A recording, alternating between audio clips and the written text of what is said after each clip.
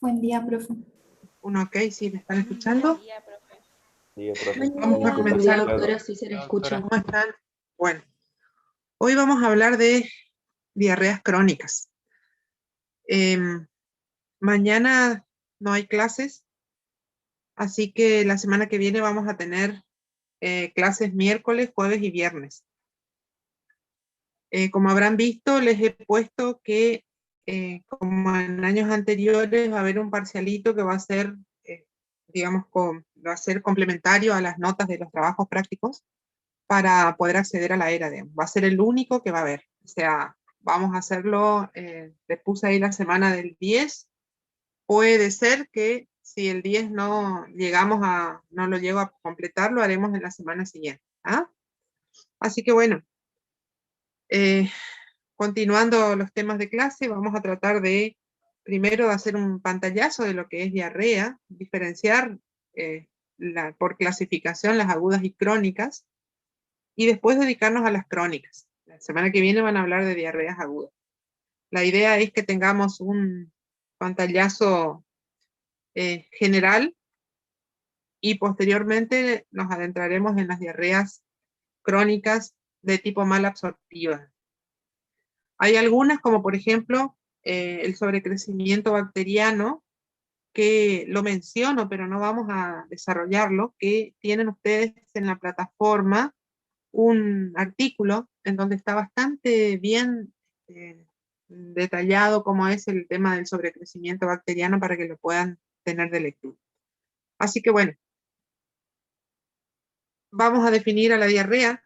Esos son temas que ustedes ya conocen, como digamos, como un aumento del volumen fecal con disminución de la consistencia, y que en general podemos decir que es cuando tenemos más de 3 deposiciones en el día. Ahí ustedes recordarán que volumen, que digamos que la frecuencia normal de deposiciones puede ir desde 1 cada 3 días hasta 3 por día.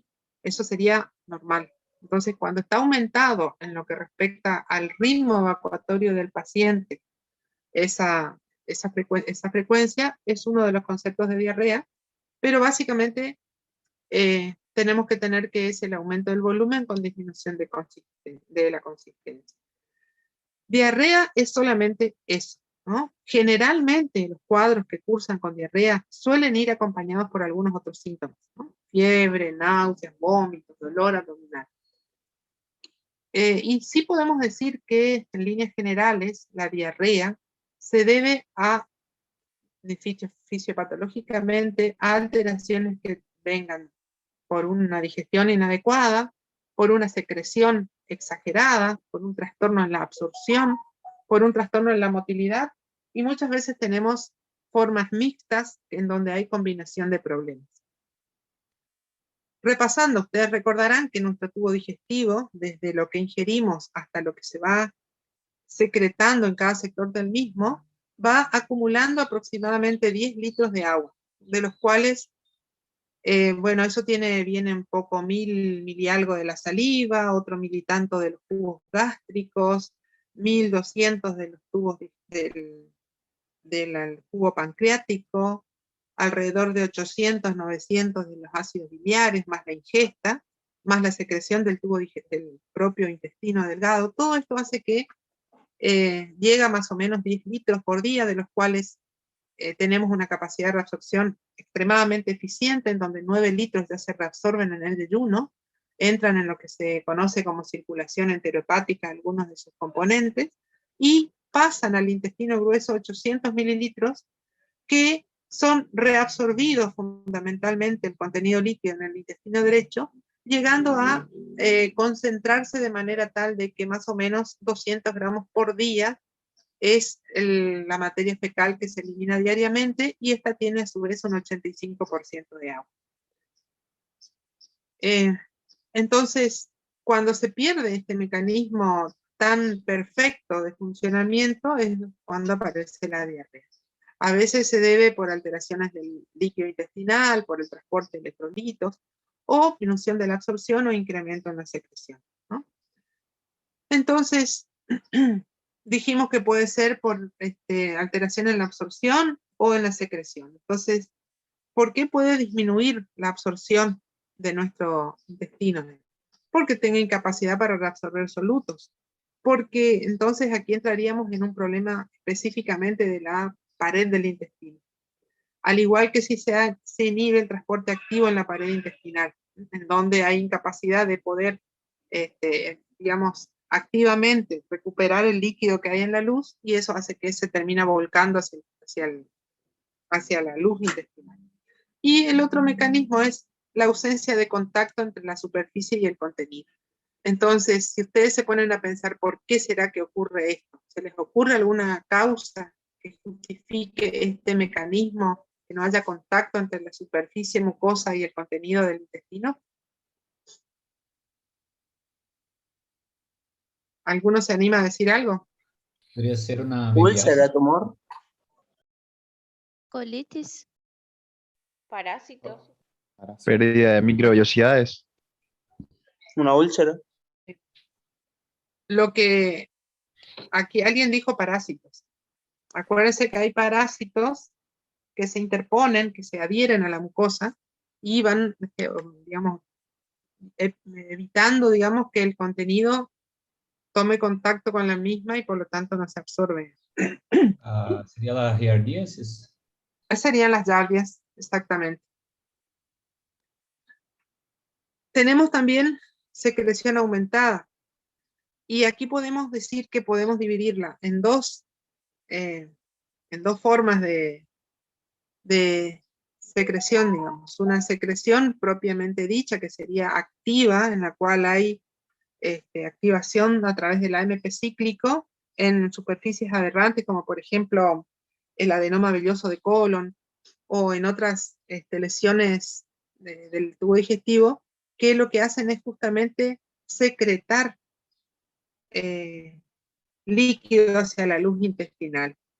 Y por otro lado tenemos situaciones en donde tenemos, por ejemplo, aumentada la presión hidrostática de la circulación venosa o arterial, en donde por por el mismo aumento de presión se genera el pasaje del líquido hacia la luz, como por ejemplo el caso de una hipertensión portal.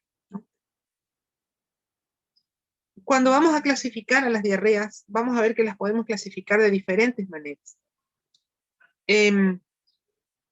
Hoy nosotros vamos a hablar sobre todo de las diarreas crónicas, entonces podemos decir que esa clasificación es una clasificación evolutiva porque nos da idea de tiempo, de evolución de la enfermedad, pero también van a tener ustedes una clasificación que la van a ver muchísimo y que de hecho es la que uno utiliza para toda la metodología de estudio de la diarrea crónica, que es una clasificación fisiopatológica, en donde clásicamente están las osmóticas, donde existe sustancias osmóticamente activas, que muchas veces son alimentos no digeridos, en la luz del intestino, y eso genera, por efecto osmótico, llegada de líquido o incapacidad de absorber y aumenta el volumen de las heces. Secretoras, vamos a ver que hay una serie de situaciones, a veces son, algunas son infecciosas, algunas son por producción de hormonas gastrointestinales que aumentan la secreción de líquido hacia el intestino.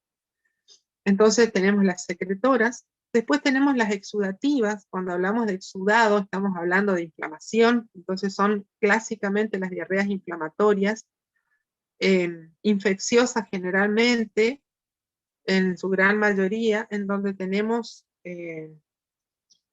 digamos, diarreas de escaso volumen, con pus, con moco, justamente por ese proceso exudativo. Las motoras, y ahí me dirán ustedes, ¿cuál sería la diarrea motora más común de ver? ¿Se le ocurre a alguien una enfermedad muy, muy común? Hipertiroidismo. No es tan común. Intestino irritable. Diabetes. El intestino irritable. Entonces, si ustedes tienen, o sea, de hecho, en el grupo, ¿cuántos de ustedes han tenido un apuro digestivo antes de un examen? Seguramente que muchos, ¿no? Entonces, la diarrea motora es bastante común de ver, o muchas veces tenemos mecanismos combinados. Otra manera de clasificar sería el origen. Vamos a ver que podemos diferenciar las que tienen origen en el intestino delgado y o colon derecho versus las que tienen origen en el colon izquierdo. Acuérdense que dijimos que en el intestino delgado se reabsorbía de los 10 litros, 9.800, más o menos. Entonces, claramente, cuando tenemos una diarrea que afecta intestino delgado y o colon derecho, va a ser una diarrea seguramente muy voluminosa, ¿no? Y la otra clasificación sería dividirla en si hay una lesión, digamos, ¿no? Entonces serían las funcionales, que serían en donde no detectamos ninguna lesión, versus las orgánicas, en donde hay una lesión que justifica la diarrea. ¿Qué características tienen desde el punto de vista fisiopatológico? Las diarreas osmóticas, generalmente tenemos, por ejemplo, la intolerancia a la lactosa, el uso de laxantes osmóticos como la lactulosa, el uso de sales de magnesio, que habíamos hablado la clase pasada en lo que eran los antiácidos de contacto, que digamos contrarrestan la acidez gástrica, pero que tienen las sales de magnesio o los hidróxidos de magnesio la capacidad de generar diarrea. Una diarrea osmótica característicamente tiene digamos, tiene un volumen bajo, menos de 1000 centímetros en el día. Característicamente el paciente entra en ayuno y corta la diarrea, y tienen una neon gap fecal, sería amplio. Normalmente la osmolaridad de la materia fecal es muy parecida a la osmolaridad de nuestra sangre, están alrededor entre 275 y 290 miliequivalentes litros. Cuando hacemos el cálculo de este gap fecal, que no es un estudio que se hace en forma rutinaria, vamos a encontrar que existen en la materia fecal un montón de sustancias osmóticas que normalmente no tienen que estar, y esas son las que dan esta brecha o diferencia aniónica elevada comparada con la normal. Y es característico que tengamos un pH fecal alrededor de 5 o menos. Estas son las diarreas osmóticas. Después tenemos las diarreas secretoras. Las diarreas secretoras, como dijimos, pueden ser por infecciones. Entonces, los gérmenes no invasivos, pero ahí tenemos al vibrio cólera, algunas Escherichia coli de las enterotoxigénicas, pero también tenemos, por ejemplo, los tumores carcinoides, que liberan serotonina, entre otras sustancias, los tumores secretores de polipéptido intestinal vasoactivo, que generalmente son tumores pancreáticos de muy pequeño tamaño, pero que son muy sintomáticos, el carcinoma medular de tiroides, que puede liberar prostaglandinas y calcitonina, y eso generan diarrea, y el adenoma velloso gigante, generalmente localizado en colon, en donde tenemos esa superficie aberrante secretora, que es la que va a dar la diarrea. Entonces, para diferenciar una diarrea secretora, claramente tiene un volumen grande, más de 1000 centímetros en el día, no ceden con el ayuno, salvo las que tienen que ver con la mala absorción de las sales biliares, digamos, porque al paciente entrar en ayuno, la liberación de sales biliares disminuye, y entonces con eso se, digamos, reduce la diarrea. Y el gap fecal está normal, digamos, ¿no? Después tenemos las diarreas exudativas o inflamatorias. Estas, como les dije, pueden ser una variante de las secretoras, porque hay de hecho, hay secreción, y aquí tenemos que tener en cuenta los gérmenes enteroinvasivos. Entonces entrarían acá las diarreas llamadas disenteriformes, en donde es frecuente que haya pus, sangre, y que sean heces de escaso volumen. Pero es también la diarrea que podemos encontrar en las enfermedades intestinales inflamatorias, que hay que tener en cuenta que esta enfermedad intestinal inflamatoria debe hacerse diagnóstico diferencial con la colitis isquémica, que también da diarrea con sangre y pus, y la diarrea por la invasión del intestino por Clostridium difficile, que es una situación que suele aparecer en pacientes que han estado expuestos a antibióticos de amplio espectro por tiempo prolongado. Entonces, las diarreas inflamatorias son de escaso volumen, tienen sangre, tienen pus visible en la materia fecal, muchas veces vienen con síntomas generales como fiebre, decaimiento del estado general, y tenemos frecuentemente anemia, glóbulos blancos elevados, y si hacemos una prueba, o sea, si hacemos un extendido de materia fecal y lo pintamos con algún colorante como el azul de metileno el Giemsa, vamos a encontrar que hay neutrófilos, que hay leucocitos en la materia fecal, ¿no? Esto, por ejemplo, hacer el extendido de la materia fecal es una prueba muy útil porque rápidamente nosotros podemos saber si es una diarrea inflamatoria o no con este procedimiento. Y después tenemos las diarreas motoras.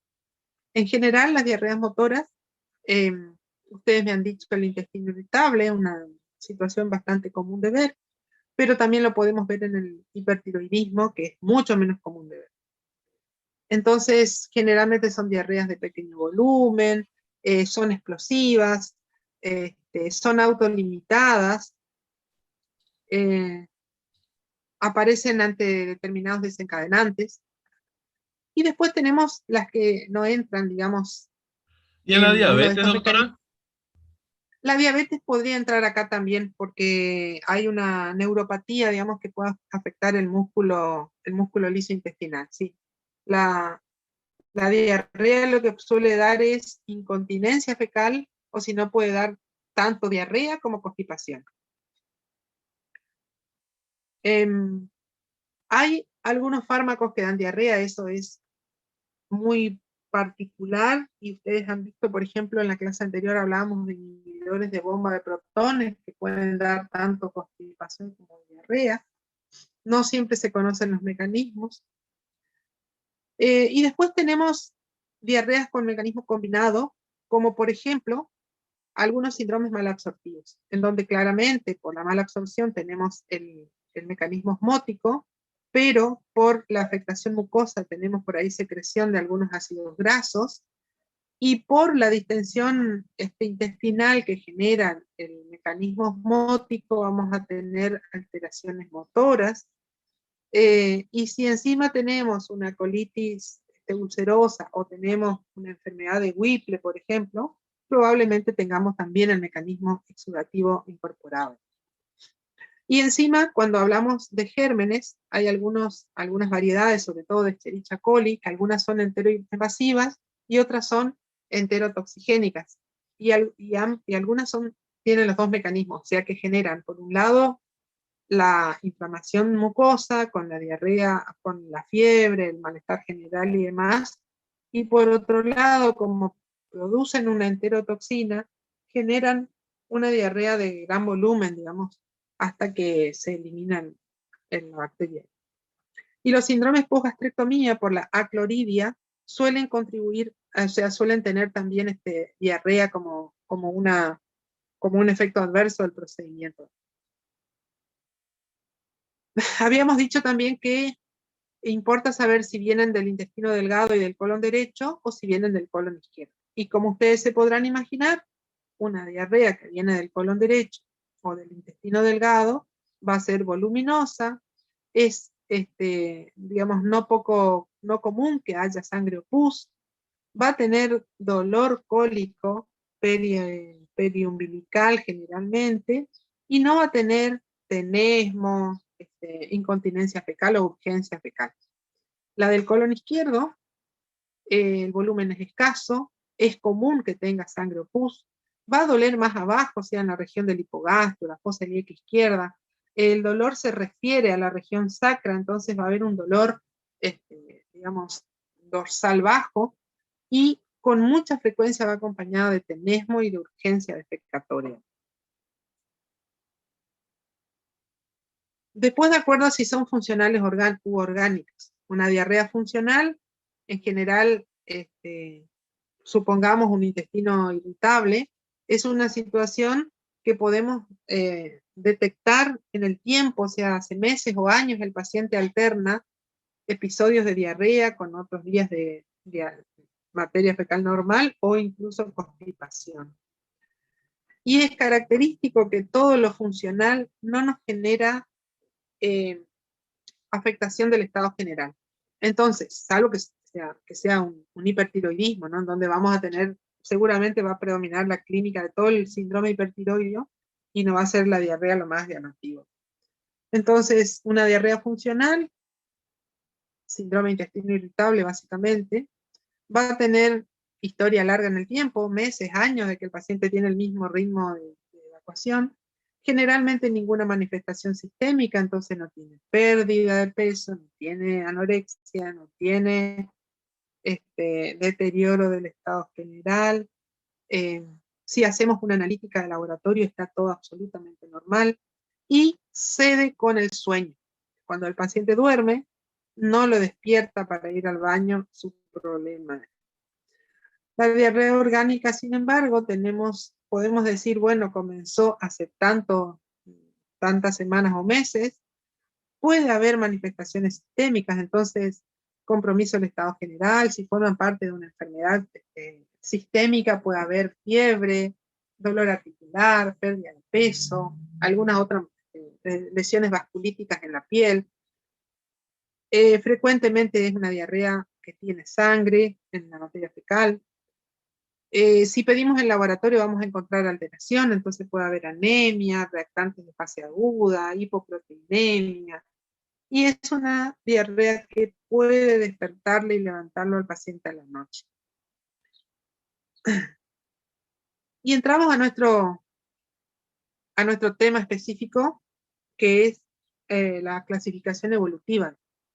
Entonces vamos a hablar de diarrea aguda cuando dura menos de 4 semanas. En algunos lugares van a encontrar como menores a 3 semanas, en donde las causas generalmente son infecciosas, son fármacos, y después puede ser que sean, por ejemplo, alergias alimentarias, y obviamente toda enfermedad alguna vez empieza, ¿no? Y cuando empieza es aguda, entonces la enfermedad intestinal inflamatoria, la colitis isquémica, la colitis actínica, pueden empezar, alguna vez tienen que empezar, ¿no? Entonces, y otra cosa muy interesante que debemos tener en cuenta son las pseudodiarreas por impactamiento fecal.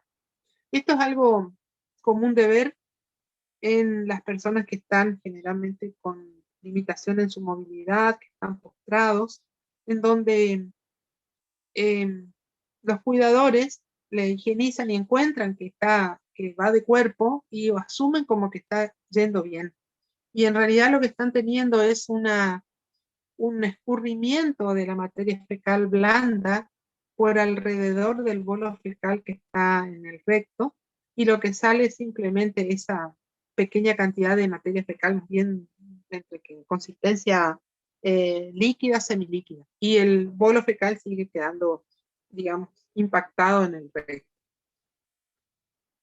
Entonces, esto es tema de la clase siguiente, así que lo dejamos ahí. Y vamos a ver qué pasa con las diarreas, crónicas. Vayamos a ver la etiología.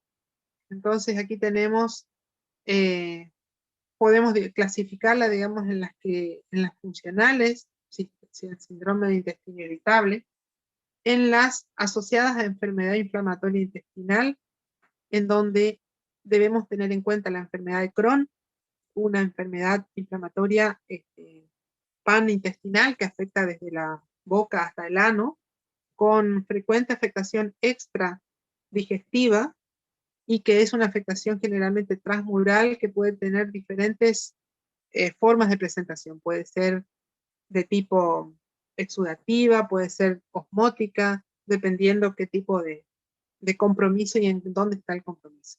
Puede ser una colitis ulcerosa, que es más común ver en hombres jóvenes, y cuando no podemos llegar al diagnóstico ni de Crohn ni de colitis ulcerosa, muchas veces encontramos o quedamos con el diagnóstico de colitis microscópica, en donde puede ser que con el tiempo se vaya hacia una u otra de las enfermedades previas o que quede de esa manera.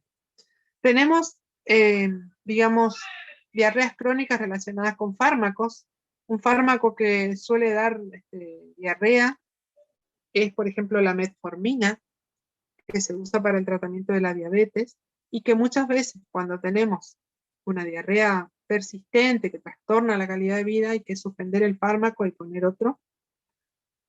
Después tenemos bastante común de ver la intolerancia a la lactosa dentro de los disacáridos, que es bastante frecuente de ver, y los síndromes de mala absorción.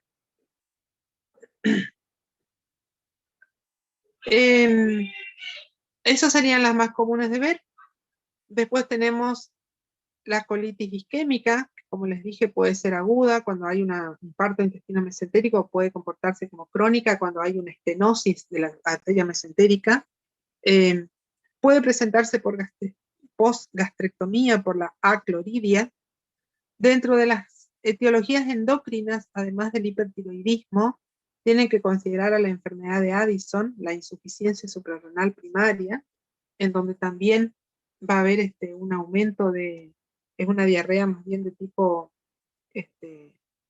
generalmente voluminosa, que lleva a dar trastornos hidroelectrolíticos, generalmente acompañada por vómitos de contenido, digamos, abundante.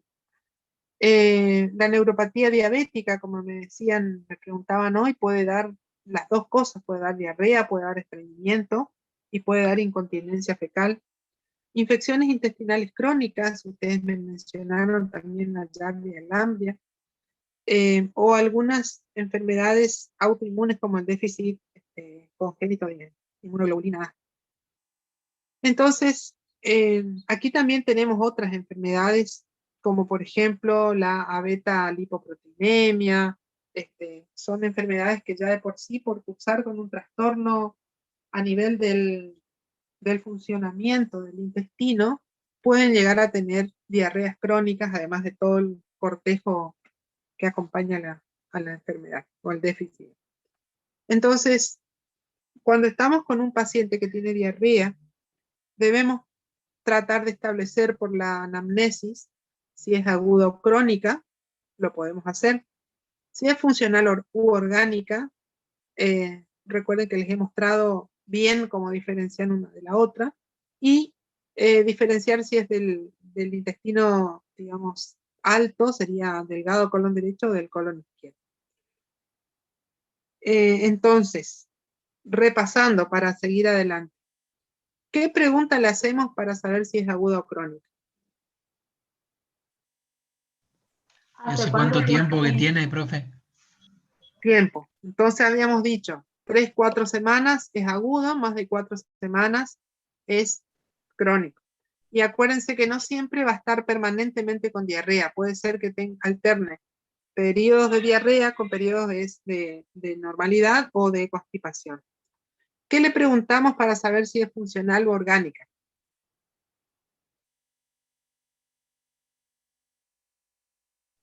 Ahí el mismo tiempo de evolución ya nos da una pauta si es funcional o orgánica. Bueno, Y se levanta la el noche. tiempo de evolución sería una, ¿no? Es más común que sea de larga evolución que otra cosa más. Pero ojo, De peso. bueno, los síntomas acompañantes y si ha perdido peso. Con La esto cantidad. tenemos bastante. Y la cantidad. Bueno, Y ya entonces tiene- ya sabemos que le tenemos que preguntar desde cuándo. Y tenemos que preguntar las características organolépticas de la materia fecal, ¿no? Una diarrea funcional nunca va a tener moco ni pus, ¿no? Va a ser ese de consistencia semilíquida, líquida, pero de las otras características, como color y olor, normal, ¿no? Y una orgánica va a alternar con sangre, con pus. Y para saber si es del intestino derecho o del colon izquierdo, ¿qué le pregunta?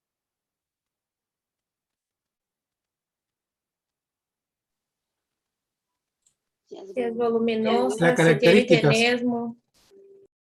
Bueno, Esa cosa. Forma.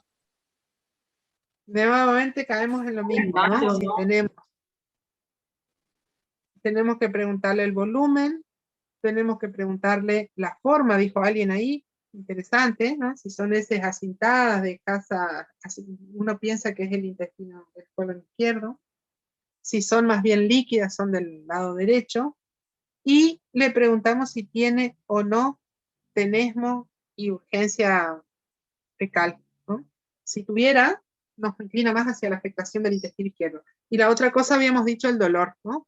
El intestino delgado duele periumbilical, el colon izquierdo duele fosa ilíaca izquierda, hipogastrio. Puede referir el dolor hacia la región posterior. Además de esas preguntas, podemos preguntar si, por ejemplo, hay algún alimento que favorece la aparición de diarrea. Si tenemos situación estresante o ante situaciones de estrés, si aparece con la toma de fármacos o de alcohol y si hay promiscuidad sexual. Esto nos interesa sobre todo para considerar las infecciones relacionadas con el HIV y prácticas sexuales, digamos, no estándares. ¿Qué más debemos preguntar? Síntomas acompañantes. Generalmente, si viene con náuseas y vómitos, más dolor abdominal, más diarrea, es probable que sea una gastroenteritis aguda, que vamos a ver que en la mayoría de los casos son autolimitadas y no necesitan mayores intervenciones más que restricción alimentaria por 1 o 2 días, y con eso se pasa. Si ya, o sea, la otra cosa a preguntar es si viene con alteración del estado general, ¿no? Si tiene fiebre, si ha tenido pérdida de peso, si siente, digamos, se siente, digamos, muy afectado en su estado general. Si ocurre y viene acompañado de náuseas y vómitos, y encima encontramos que el paciente está deshidratado, que está muy apático, y bueno, esa es una gastroenteritis aguda que tal vez requiera internación y tal vez requiera antibióticos, ¿no? Tenemos que fijarnos en el dolor abdominal. Entonces, el intestino irritable sí da cólicos intestinales, la colitis isquémica da dolor que generalmente aparece después de comer, y la enfermedad inflamatoria intestinal en general duele, sin mayor relación con las comidas.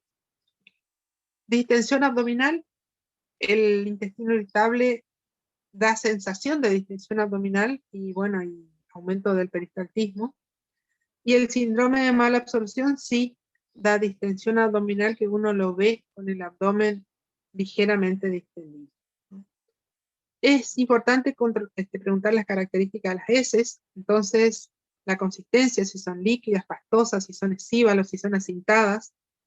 Es importante preguntar la cantidad de deposiciones. En general, si tenemos más de 6 deposiciones en el día, vamos a estar teniendo con mucha seguridad afectación del estado general.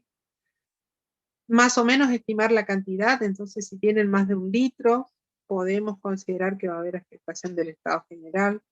Y fijarnos las características, ¿no? Si se ve sangre, moco, pus, si tienen carácter, si flotan en el agua, si son malolientes, etc. Yendo al examen físico, importa conocer el estado de hidratación y nutricional. Entonces, ¿qué deberíamos fijarnos para saber el estado de hidratación y el estado nutricional?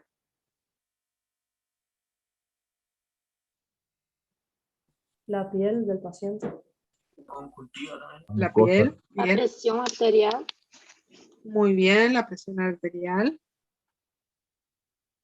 La frecuencia cardíaca, ¿no? Si hay disminución ortostática de la presión. El estado de las mucosas, el pedirle que abra la boca y saque la lengua, y que nosotros toquemos la lengua y no nos moje de saliva, es una señal de que está deshidratado. La tensión de los globos oculares en los niños, en donde uno le comprime los globos oculares, si están hipotónicos, también nos indican que hay deshidratación. La diuresis. El signo del pliegue. ¿Cómo? La diuresis. La diuresis, bien. Entonces, con eso nosotros podemos evaluar el estado de hidratación. ¿Y el nutricional? con el índice de masa corporal. Bueno, para eso tendríamos que pesarlo y medirlo, bien. Entonces, La albúmina. y bueno, pero ya todavía estamos en examen físico. Por ahí, para saber un poquito del estado nutricional, el peso y la talla, Preguntar si y bajó mucho. preguntarle, Aparecimiento de exacto, relieves óseos. bueno, y preguntarle cuál era su peso habitual y cuál es el peso que tiene hoy, ¿no? Como para saber si es que ha habido pérdida de peso en este último tiempo. Siguiendo con el examen físico, es importante hacer la palpación de el examen abdominal, en donde uno puede ya, al inspeccionar, al mirar, podemos ver que esté distendido, podemos ver a veces en abdómenes delgados el movimiento peristáltico del intestino. Cuando vamos a palpar, o sea, conviene siempre, acuérdense, ocultar primero, y si tenemos si tenemos aumento del tránsito, vamos a tener ruidos hidroaéreos aumentados. Después vamos a palpar, como siempre, todos los pasos de la palpación, pero recuerden que dijimos que dependiendo si es una diarrea orgánica, sobre todo vamos a tener dolor localizado. Entonces, si tenemos, por ejemplo, una enfermedad del de Crohn de la región yeyuno, de la región iliocecal, va a doler la fosa ilíaca derecha. Si tenemos una colitis ulcerosa, es muy probable que que le duela el hipogastrio y que le duela la palpación de la cuerda cólica a nivel de la fosa ilíaca izquierda. Si tienen, supónganse, una hernia atascada que suele dar diarrea, también como primera medida van a encontrar la zona herniada, seguramente con dolor y con defensa, más. Y después completamos, digamos, el examen físico haciendo un tacto rectal. El tacto rectal tiene mucha importancia porque, por ejemplo, si el dedo sale manchado de sangre, me indica que es una diarrea probablemente orgánica, exudativa y que comprometa el colon izquierdo, ¿no? Del tacto rectal podemos obtener, digamos, material para hacer un extendido y ver si hay leucocitos en la materia fecal. Y ya nos permite ver, supongamos que tengamos un impactamiento fecal, lo podemos tocar. Si existe un adenoma velloso del recto, podemos llegar digamos, a detectar, a palpar el adenoma. Y por si fuera poco, acuérdense que con el tacto rectal nosotros hacemos una relajación de la pared abdominal, maniobra de Joyce San Martino, y con eso nos permite profundizar la palpación de la pared abdominal con la otra mano de él. ¿Qué vamos a hacer como prueba? O sea, en general, en las diarreas agudas, solamente cuando tenemos un claro comportamiento disentérico. Ese era el que tenía diarreas de escaso volumen, con moco, sangre y pus, con fiebre, con deterioro del estado general, con dolor, con vómito. Ese es el que uno puede estudiarlo. Si no, la mayoría de las diarreas agudas son autolimitadas y no requieren mayores intervenciones. Entonces, si necesitamos hacer estudios, lo ideal sería hacer un coprocultivo, pedir un parasitológico de la materia fecal, pedir serología para salmonela, las reacciones de Widal, y ocasionalmente hacer rectosigmoidoscopía, porque eso nos permite, en el caso de unas cuantas enfermedades que afectan esa región, por ejemplo, si tenemos un tumor, un adenoma velloso, ya ver el tumor y tomar biopsia. Si tenemos una colitis ulcerosa, se hace diagnóstico con la visualización endoscópica del colon. Entonces, son los 3 estudios que en general son de utilidad para estudiar una diarrea, cuando es necesario estudiarla. En materia fecal se pueden buscar todas estas cosas, se puede buscar sangre oculta. Para buscar sangre oculta en materia fecal es todo un procedimiento, hay que tener 3 días por lo menos de alimentación absolutamente exenta de cualquier producto proteico. Entonces habitualmente se come arroz y fideo por 3 días y después al tercer día se toma la muestra de materia fecal. y se le hace la prueba para ver si es que hay sangre o no. Podemos pedir coprocultivo y parasitológico, en donde claramente si tenemos una bacteria fuera de las enteropatógenas, digamos, va a salir. Y si fuera un parásito, recordar que muchas veces para recabar los parásitos tenemos que hacer el parasitológico seriado de la materia fecal, porque a veces una sola muestra no alcanza para diagnóstico. Tinción para leucocitos, dijimos Giemsa o azul de metileno. Podemos buscar, sobre todo si tenemos el antecedente de la toma de antibióticos o de la administración parenteral de antibióticos, la toxina del Clostridium difficile. No está disponible en todos lados, nosotros acá en Santo Tomé no podemos hacer esa búsqueda. Y podemos pedir la calprotectina fecal. Esta sustancia se elimina por el enterocito cuando hay inflamación. Entonces, la presencia de calprotectina nos indica que es una diarrea inflamatoria. Entonces va a estar elevada en las diarreas enteroinvasivas, en la colitis ulcerosa, en la enfermedad de Crohn. Vamos a tener positiva la calprotectina fecal. Tampoco es un estudio que... ¿Sudan 3 también, Doc, o no? ¿El test de Van de ¿Perdón? Cámara? ¿O el test de Van de Cámara?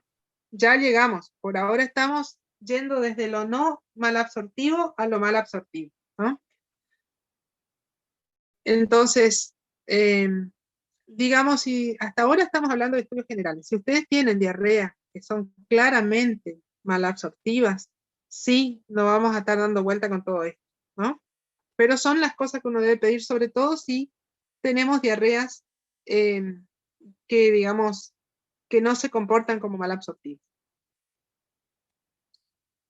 ¿Qué le vamos a pedir en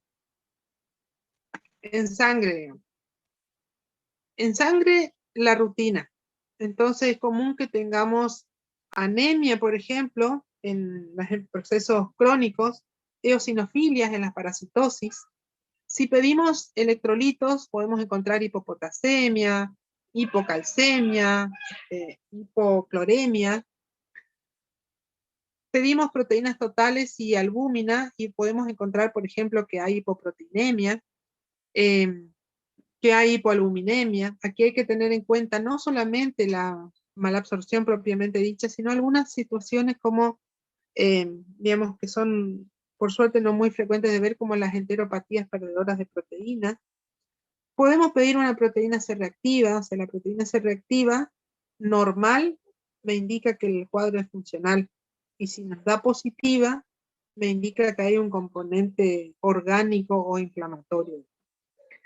Dependiendo de la situación, si tenemos el cuadro clínico de un hipertiroidismo, vamos a confirmar con hormonas, con el perfil tiroideo, que pedimos generalmente tiroglobulina, tiroxina y triiodotironina.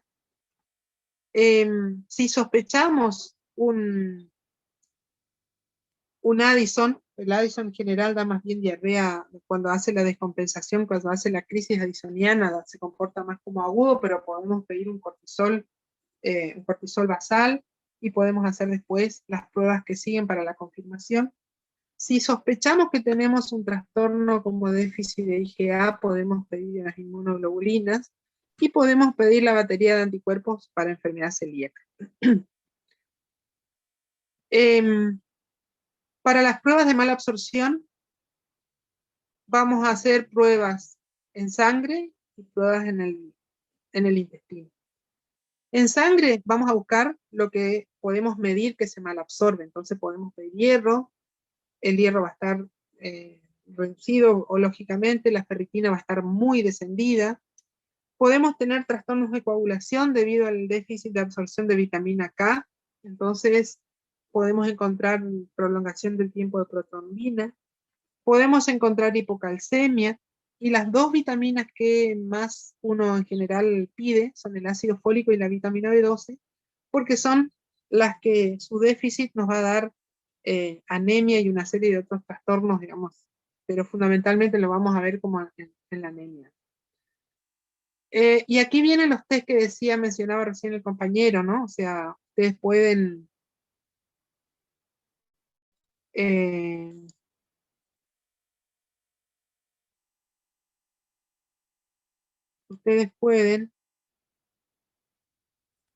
pedir las pruebas para determinar malabsorción de diferentes nutrientes. Entonces, para las grasas, el test de Van de Kamer. Vamos a ver que es bastante engorroso de hacerlo, por eso es que en general estos tests uno tiene que saber que existen, y bueno, y saber precisamente en qué momento se los va a pedir por todo lo que implica, ¿no? El test de la decilosa, que es para demostrar la indemnidad de la mucosa intestinal. La decilosa es un sacárido que digamos, no necesita ningún proceso digestivo, solamente se absorbe. El test del aliento, para la intolerancia a la lactosa, para sobrecrecimiento bacteriano. Podemos pedir ya a nivel de, digamos, estudios de, digamos, complementarios endoscópicos para hacer una biopsia duodenal. La gastroduodenoscopía se puede hacer mediante la endoscopía digestiva o por las cápsulas. Podemos hacer test de función pancreática, son bastante difíciles también, el test de la tasa fecal, por ejemplo. Se puede hacer una colonoscopía para ver si es que tenemos afectación tanto en el colon derecho como en el izquierdo. Y el tránsito varitado del intestino delgado. Pruebas que lógicamente van a ir surgiendo de acuerdo a cómo, si es que ya no encontramos el diagnóstico con estudios previos. Entrando en lo que son las diarreas, ¿alguna pregunta hasta acá? Porque ya entramos acá directamente en mala absorción. Profesora, usted dijo que no todos los laboratorios tienen para hacer algunos test. En ese caso, al tener un laboratorio, ¿cuál sería vamos a decir, el que sí o sí se puede hacer? ¿Qué es lo que vamos a tener en todos lados? A ver, paso aquí. O sea, coprocultivo y parasitológico de materia fecal se puede hacer se puede hacer en cualquier laboratorio que tenga un microscopio, ¿no? Sangre oculta en materia fecal es una prueba en realidad muy sencilla, el tema es la preparación del paciente con la dieta previa. Toxina para Clostridium difficile no tenemos disponible. De hecho, nosotros acá en Santo Tomé, si quisiéramos hacer, tenemos que derivar la muestra y ni siquiera en nuestro laboratorio central de la provincia, que está en Corrientes, tenemos para hacer este tipo de pruebas. La calprotectina fecal tampoco está disponible. De todos modos, cuando vayamos viendo cada una de estas enfermedades, vamos a ver que tenemos otros elementos para acercarnos o para pensar en esto. Entonces, por ejemplo, no tenemos toxina,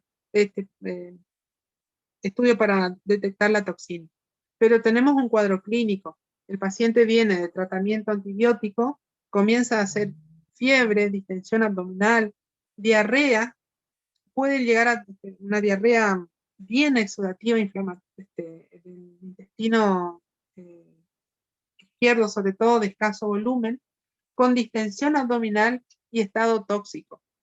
Entonces, si venía con antibióticos y tiene este cuadro clínico, uno debe considerar esta situación, debe hacer una radiografía directa de abdomen, ver si es que no hay una dilatación de más de 7 centímetros del intestino grueso del colon, y con eso uno ya tiene elementos como para decir, bueno, sí, parece que es una infección por Clostridium difficile y ya empieza un tratamiento antibiótico adecuado. No me va, o sea, si encima considero que tengo que derivar la muestra y tal vez me den el resultado dentro de 5 días, sí o sí tengo que actuar porque si no el paciente va a evolucionar mal. La calprotectina fecal, excelente tenerla, pero diarreas inflamatorias. Dijimos, estas son las que tienen moco, las que tienen pus, las que tienen afectación del estado general. Yo no voy a esperar un resultado de calprotectina para decidir qué voy a hacer. Si la tengo, bien. Si no, tengo otros elementos. Tengo un hemograma que me indica que hay un proceso inflamatorio infeccioso. Tengo una PCR. Tengo elementos como para pensar. Tengo un extendido de materia fecal que me dice que hay leucocitos, ¿no? Después, siguiendo con esto, digamos. Todo esto es factible. Ahora, por ejemplo, si yo sospecho enfermedad celíaca, no voy a esperar que venga el resultado de la antitransglutaminasa para empezar a darle dieta sin gluten. Si mi sospecha es una enfermedad celíaca o una diarrea malabsortiva, sin duda que yo le voy a indicar, mientras que voy haciendo los estudios, una dieta sin gluten. ¿Ah? Si puedo confirmar, con laboratorio, excelente. Si con la dieta sin gluten el paciente se mejora, y bingo, hice diagnóstico, saqué el gluten de la dieta y el paciente mejoró. Es una enfermedad celíaca. Después, cuando puedo, derivo, hago todo lo necesario para confirmar la enfermedad con la biopsia duodenal. Entonces, estas cosas son elementos, hemograma, ionograma, proteínas totales y albúmina, o proteinograma, PCR, hormonas tiroides. Son estudios disponibles en la mayoría de los laboratorios. En nuestro hospital, por ejemplo, nosotros no tenemos para hacer hierro y ferritina. Pero, por ejemplo, tenemos el hemograma que nos indica que es una anemia hipocrómica microcítica. No tenemos para pedir ácido fólico y vitamina B12 en el hospital. Si mandamos a un laboratorio particular, lo van a hacer. Pero si tenemos una anemia macrocítica con índices de megaloblastosis, y seguro que vamos a tener déficit de ácido fólico de vitamina B12. Ya puedo empezar a intervenir dando el aporte vitamínico por la vía adecuada, independientemente de que tenga o no la confirmación del déficit. El test de, digamos, estos son engorrosos y nadie los quiere hacer, de hecho, los bioquímicos lo disparan a estas cosas. Porque imagínense, van de cámara, 48 a 72 horas de recolección de materia fecal, y después el pobre bioquímico tiene que destapar el frasco y hacer el proceso, hacer el análisis. Entonces, cualquiera de estos dos tests son desagradables, por decirlo de alguna manera. Y no me van a determinar, no me van a impedir el diagnóstico, ¿no? Si yo he hecho una dieta sin gluten y desapareció la mala absorción de grasas y no tiene más diarrea que flota, maloliente y demás, y bueno, hice diagnóstico, ¿no? Algunas veces uno puede necesitar otras cosas, por ejemplo,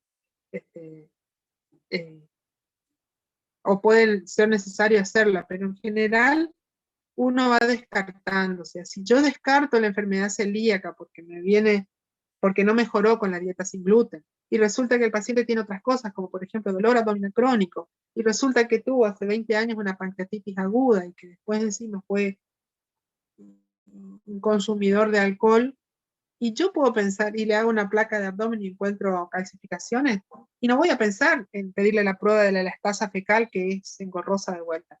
Voy a pensar que tiene una pancreatitis crónica, y voy a hacer la prueba terapéutica con las enzimas pancreáticas.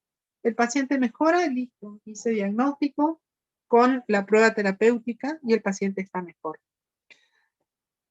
Entonces, no son estudios difíciles de hacer, son feos.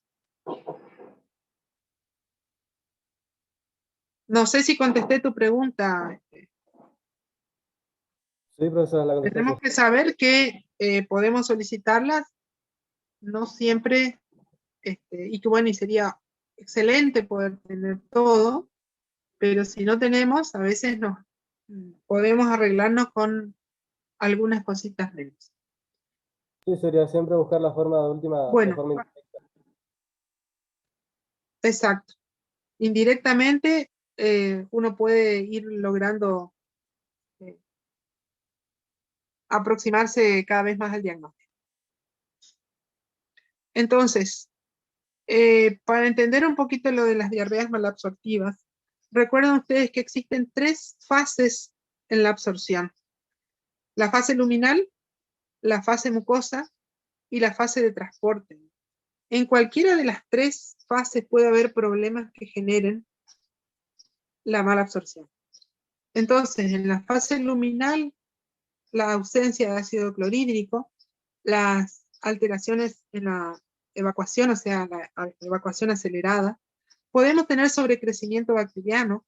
Entonces, aquí se forman sectores del intestino en donde hay gran proliferación de gérmenes, y esos gérmenes son los que generan la diarrea. Podemos tener disminución de las sales biliares.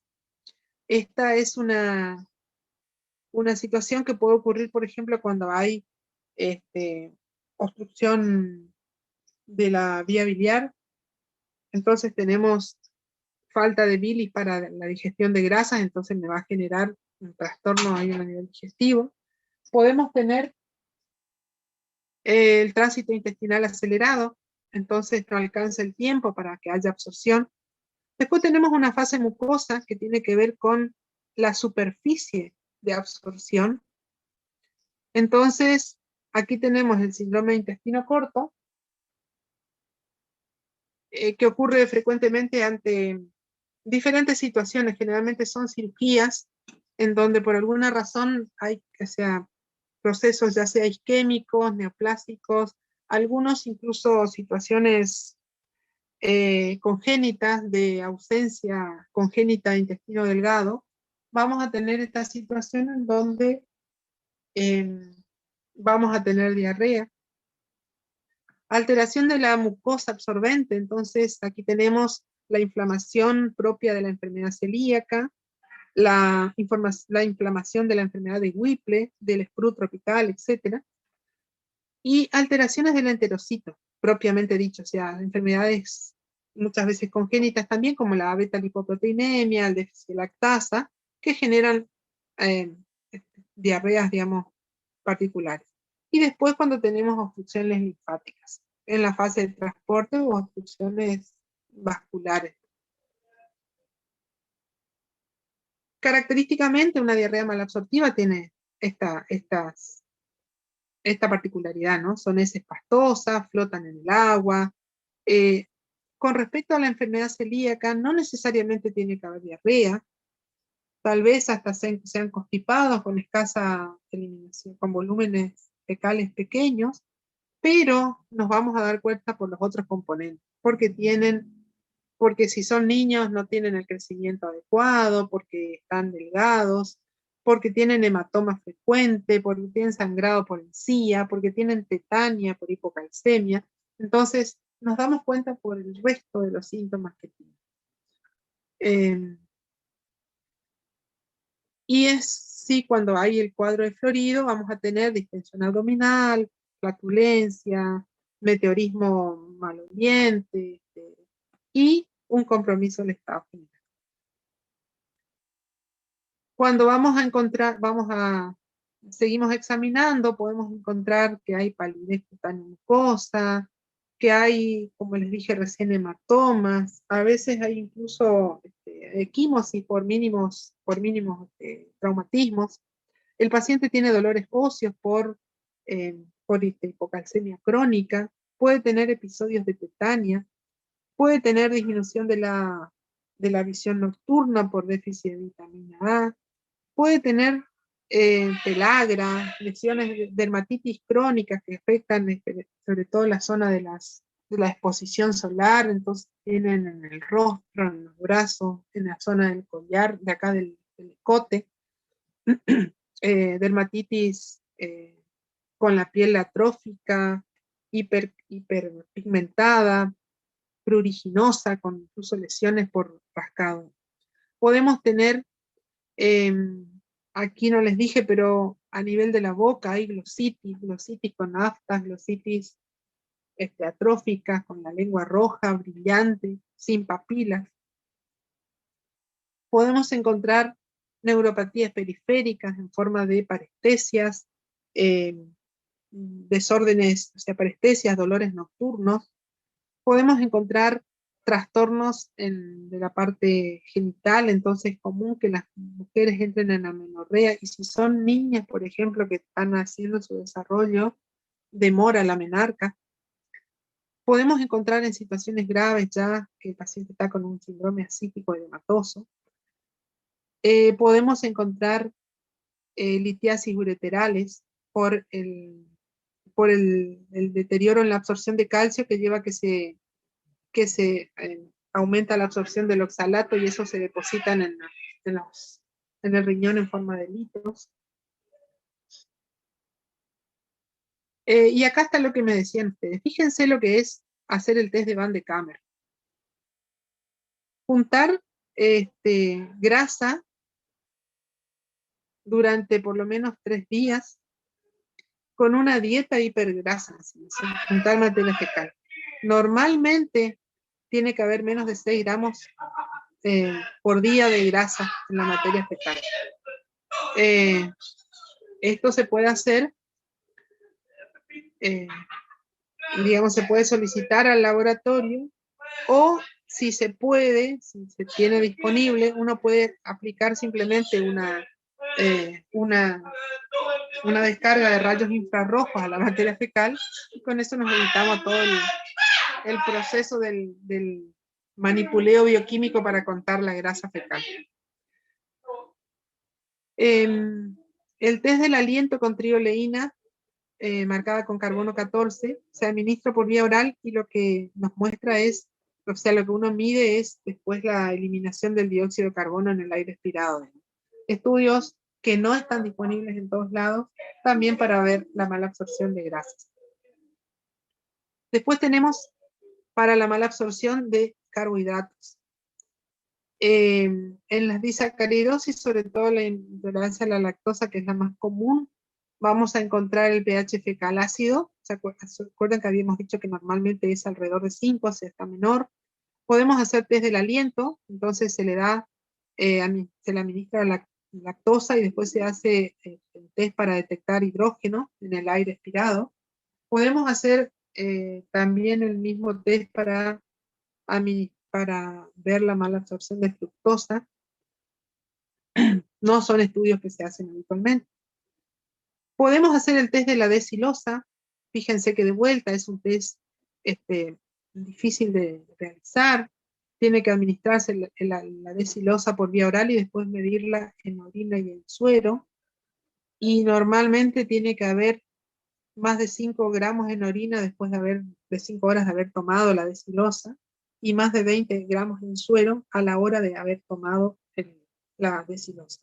Si eso no ocurre, uno puede asumir que lo que estamos teniendo es una falta de función de la mucosa absorbente, y sirve para diferenciar si es un problema de la mucosa de si es un problema luminal, o sea, de falta de enzimas pancreáticas o de ácidos biliares.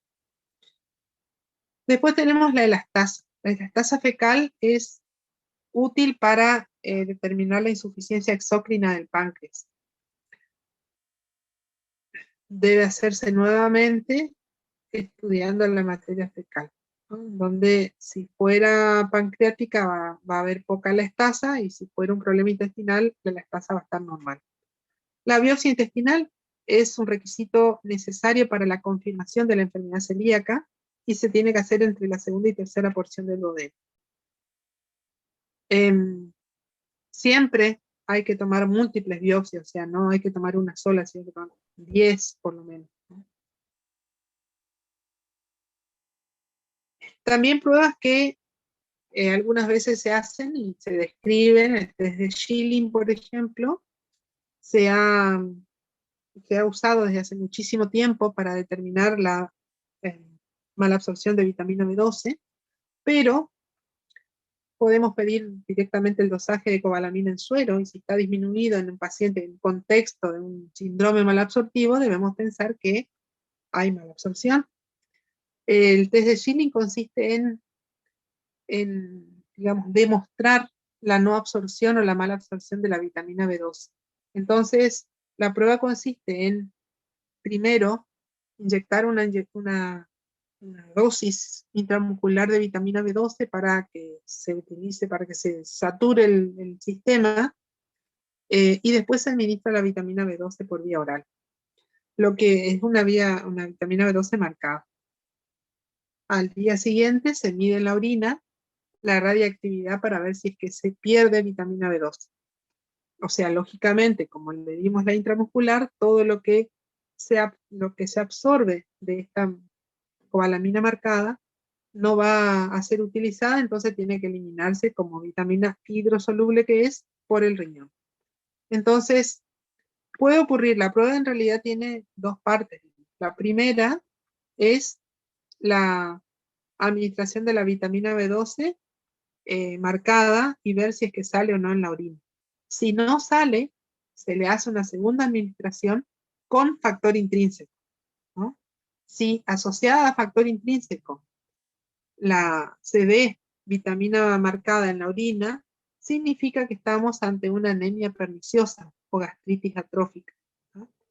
Y si no mejora, decimos que puede ser de causa pancreática. Podemos entonces hacerle la vitamina marcada con B12 con enzimas pancreáticas y puede ser que mejore. Si eso ocurre, estamos hablando de que hay una insuficiencia pancreática, exócrina. Y si le damos con un ciclo previo de antibióticos, o sea, le damos un ciclo previo de antibióticos y después le damos la vitamina B12 y ahí se absorbe, podemos asumir que es un sobrecrecimiento bacteriano. Si no se normaliza con ninguno de estos, significa que es una enfermedad del ilion, porque la vitamina B12 se absorbe a nivel del ilion distal sobre todo. Entonces, si no mejora de ninguna de estas maneras, es porque no hay capacidad intestinal de absorber la vitamina B12. Entonces, más que nada, el test de Schilling nos sirve para determinar, nos puede ayudar, digamos, a determinar dónde está la alteración que genera la mala absorción de la vitamina B12. No es un test que se utiliza habitualmente, como les dije, pedimos el dosaje de cobalamina y si la cobalamina está baja, ya tenemos la confirmación de que hay mala absorción y seguramente por otros estudios adicionales vamos a saber si es una gastritis atrófica, por ejemplo, lo vamos a tener por la endoscopía digestiva, con toma de biopsia a nivel del estómago o con anticuerpos anticélula parietal o antifactor intrínseco. En la insuficiencia pancreática de vuelta, en la radiografía directa abdomen con calcificación, en los antecedentes de enfermedad pancreática previa. En el sobrecrecimiento bacteriano, generalmente tenemos, digamos, alguna condición que favorece el sobrecrecimiento, es muy común de ver en los niños. Así que bueno, hay elementos que nos ayudan a no necesitar hacer el test de Schilling. Podemos hacer pruebas para ver la mala absorción de sales biliares, pero también podemos hacer una prueba terapéutica con colestiramina, y si mejora la diarrea después de la colestiramina, podemos asumir que es por las sales biliares. Demostrar el sobrecrecimiento bacteriano es también bastante engorroso, porque hay que hacer el aspirado del intestino, hay que hacer cultivo, hay que hacer test de hidrógeno aspirado, luego de la ingesta de los disacáridos. Hay que hacer prueba terapéutica con antibióticos, tal vez esto es lo más fácil de hecho, ¿no? En un sobrecrecimiento bacteriano, lo que se hace es dar ciclos de antibióticos secuenciales. O sea, primero le damos, supónganse, metronidazol por unos días, se suspende, mientras dura el funcionamiento normal, se mantiene sin nada, cuando empieza la diarrea se da otro antibiótico, tratando de disminuir ese sobrecrecimiento bacteriano y que eso contribuya a una mejor absorción del intestinal.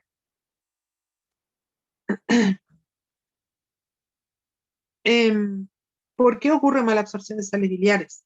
Una de las causas de enfermedad de diarrea mal absortiva. Que haya enfermedades como por ejemplo una enfermedad de Crohn o que haya resección del ilion terminal. ¿Por qué? Porque en esas zonas donde se reabsorben y hacen el circuito enteropático las sales biliares. Entonces, al sacar el ilion, las sales biliares van por el intestino y generan la mala absorción y la diarrea. La colecistectomía. ¿Por qué? Porque cuando hacemos la colecistectomía, ya no tenemos la vesícula para guardar bilis para el momento de la ingestión. Entonces, permanentemente va goteando bilis al tubo digestivo y entonces puede ser que tengamos un escurrimiento, o sea, una incapacidad, digamos, de reabsorber las mismas y encima no se libera en el momento de comida, entonces tampoco ayuda a la absorción y genera diarrea. Y si no, podemos tener transporte ileal de algunas sustancias, sobre todo de sales biliares. Como característica es una diarrea de volumen moderado, puede estar o no acompañada de esteatorrea, generalmente es después de comer, y suelen tener un impacto, o sea, una mejora muy, muy importante cuando comienzan a usarse resinas fijadoras de sales biliares como la colestiramina o el colesterol. La diarrea por sales biliares es un diagnóstico de exclusión. O sea, se va descartando todo y bueno, pues vamos, y tenemos que buscar estas condiciones. Post-colecistectomía, fíjense, hasta un 25% de los pacientes colecistectomizados en algún momento pueden tener una diarrea relacionada con este mecanismo. Después tenemos el sobrecrecimiento bacteriano. ¿Qué es lo que hace el estancamiento, digamos, en un determinado sector del intestino del contenido? Hay proliferación bacteriana. Esta proliferación bacteriana me va a generar que no exista una deconjugación adecuada de las sales biliares, entonces nos va a generar diarrea. Dentro de las causas, la acloridia es una de ellas, donde al no tener la acidez del estómago, permite el avance, la ingestión y el avance por el tubo digestivo de bacterias. La otra causa sería el déficit de IgA secretora. Y después, el déficit de IgA es se ve más en la población pediátrica, pero fíjense, nosotros vemos más, podemos llegar a verlo en pacientes adultos. Entonces, enfermedad de Crohn, tumores del intestino delgado, síndromes de asa ciega posteriores a cirugías gástricas, fístulas, podemos verle en las cirugías malabsortivas por cirugía bariátrica, el bypass gástrico en Nieder-Rux suele dar esto. Podemos tener enfermedades crónicas, como por ejemplo la esclerodermia, que nos da hipomotilidad, entonces genera el estancamiento del contenido. Puede darse por diabetes, por hipotiroidismo. Puede ser por un cuadro de pseudoobstrucción intestinal, que son trastornos motores que se dan en personas generalmente ancianas con enfermedades neurológicas como Parkinson, secuela de ACV, en donde esa zona, digamos, de contenido estancado favorece, digamos, la aparición de la diarrea. Sobrecrecimiento bacteriano, como les dije, es un tratamiento antibiótico secuencial, con antibióticos que ataquen bacterias del intestino, porque es proliferación de bacterias propias del intestino. Bueno, el sobrecrecimiento bacteriano ustedes los van a encontrar como siglas como SIBO, y fíjense acá tiene simplemente una clasificación de acuerdo a las, digamos, la descripción de las causas. Entonces tiene causas anatómicas, causas funcionales y causas raras.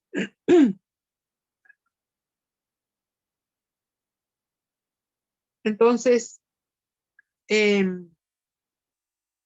¿cómo nos manejamos? Este cuadrito intenta explicar un poquito qué es lo que pasa, digamos, en el sobrecrecimiento bacteriano. Por un lado dijimos, hay una desconjugación de las sales biliares. Y por otro lado, esa gran cantidad de bacterias favorecen la adherencia, por lo tanto disminuyen superficie de absorción, producen enterotoxinas, mecanismo secretor e inflamatorio.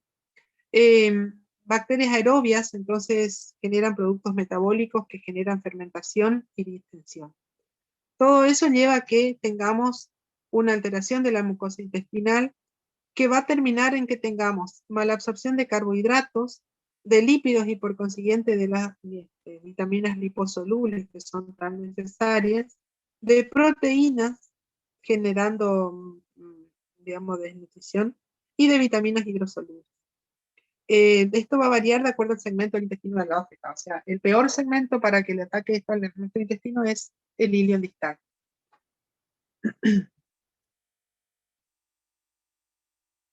Entonces, ¿qué pasa? ¿Qué tiene un paciente con sobrecrecimiento bacteriano? Va a tener síndrome malabsortivo, vamos a encontrar que tiene déficit de vitamina B12, con el ácido fólico que está normal. Aquí es importante porque el ácido fólico tiene una capacidad absortiva mayor y en mayor segmento del tubo digestivo. Podemos hacer un tránsito varitado del intestino delgado, donde vamos a ver el estancamiento, o sea, la dilatación, en la zona de dilatación del intestino delgado. Podemos hacer cultivo del aspirado yeyunal para contar la cantidad de bacterias que hay. Podemos hacer test del aliento, test de Schilling, y este es lo que veíamos hoy, el test de Schilling, después de 5 días de un antibiótico que disminuya la proliferación bacteriana. Y el tratamiento entonces, ciclos de antibióticos, metronidazol, amoxicilina, cefalosporina, ciprofloxacina, etcétera, como para ir reduciendo esa gran concentración de bacterias. Y si fuera posible, se hace resección del segmento comprometido. Si fuera posible, lo cual no siempre se puede. Aquí ven ustedes algunas imágenes debido a sobrecrecimiento bacteriano. Aquí ven divertículos de gran tamaño relacionados con el intestino delgado. Aquí ven otros. Dilatación, acá tienen una estenosis actínica del intestino, generalmente radiación por algún tumor seguramente. Aquí ven, en la última, ven la fístula, en este caso una fístula entre una asa intestinal y otra, ¿no? Fístulas enteroentéricas en un paciente con enfermedad de Crohn.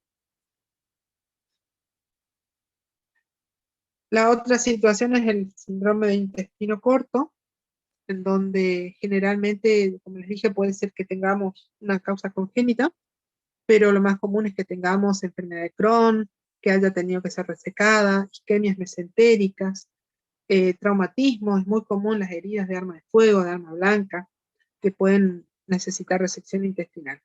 Entonces, cuando se nos reduce a menos de 2 metros el intestino delgado, es probable que tengamos un síndrome malabsortivo por intestino corto. Peor si afecta el ilion terminal, porque ahí acuérdense la vitamina B12, las sales biliares, y bueno, vamos a tener podemos llegar a tener hipersecreción gástrica, lo cual contribuye a la mala absorción, y podemos tener déficit de lactasa por la reducción de la superficie intestinal, básicamente. Entonces, el diagnóstico se va a hacer con la clínica y obviamente vamos a tener el antecedente de la situación que hizo resecar el intestino. La prevención, fíjense, es bastante compleja. Al paciente que es digamos, sometido a una resección intestinal necesita un tratamiento previo, generalmente de 1 año mínimo, de tratamiento con una nutrición parenteral para asegurarse que esté nutrido y una nutrición enteral progresiva para ver la tolerancia, para que el intestino que le quedó se acostumbre. O sea, nuestro intestino tiene la particularidad de que, más allá de que sabemos que en el ilion se absorbe la vitamina B12 y las sales biliares, si no existe el ilion, el resto de la mucosa intestinal puede adaptarse con el tiempo a hacer esa absorción. Por eso es que ante una situación de intestino corto, debe ser, digamos, se debe ir adaptando en la medida de que permita el resto de intestino que quedó a la absorción de los alimentos. Por eso es que necesita nutrición parenteral que acompañe a una nutrición enteral progresiva hasta a ver si es que en algún momento logra comer él y absorber lo suficiente para mantener un estado de nutrición aceptable. Entonces, es importante este punto, es importante reponer por vía parenteral los déficits vitamínicos que tiene, hay que tratar el sobrecrecimiento bacteriano, hay que tratar la hipersecreción gástrica, hay que se puede utilizar, digamos, los TCM o triglicéridos de cadena media, tienen la ventaja de que no necesitan micelización por los ácidos biliares para absorber y que no necesitan, y que pasan directamente a la sangre, o sea, no van por la linfa. Entonces, pueden utilizarse como medidas, como un nutriterápico, digamos, mientras tanto, hasta que el intestino se acostumbre de vuelta, si es que llega a eso. Y existe también la posibilidad de trasplantes intestinales.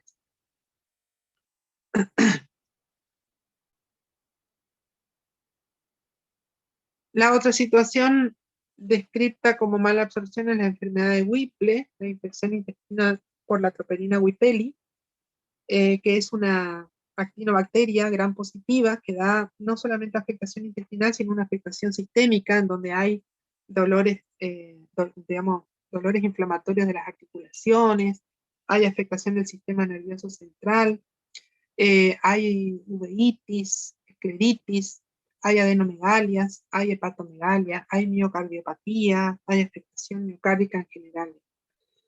Entonces, generalmente es una enfermedad que comienza gradualmente con la mala absorción, con el estado general afectado, con las articulaciones doloridas, que puede evolucionar a una insuficiencia cardíaca, etcétera. O sea que, en general, la mala absorción en sí es lo último que nos lleva a pensar en la enfermedad, porque es de hecho lo que no es tan florida la mala absorción como uno quisiera para hacer el diagnóstico. Entonces, sospechamos cuando tenemos todo esto, ¿no? O sea, no solamente la mala absorción, sino la afectación poliarticular, la afectación del sistema nervioso central, las afectaciones sistémicas, digamos, que acompañan a esta enfermedad, y ahí recién tenemos la sospecha. Entonces, hay que hacer la biopsia duodenal, o de otros lugares, por ejemplo, una biopsia de ganglio, una biopsia de hígado, si tenemos infiltración. Vamos a encontrar los macrófagos Paz positivos con la presencia de los bacilos. Entonces, con eso nosotros hacemos el diagnóstico. Es una enfermedad diferencial con el SIDA, entonces hay que ver también los microorganismos que pueden dar diarrea en un paciente con HIV.